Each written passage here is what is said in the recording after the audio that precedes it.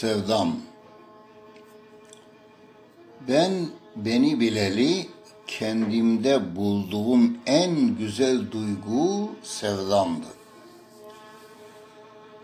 Onun uğruna geçen cefalı günlerim bile beni mutluluğun doruğuna ulaştırdılar.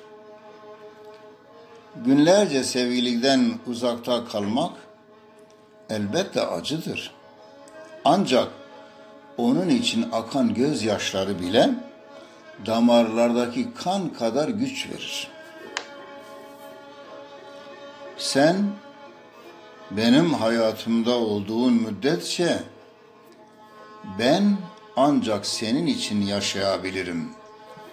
Çünkü ben senim sevdam. Çünkü ben senim sevgim.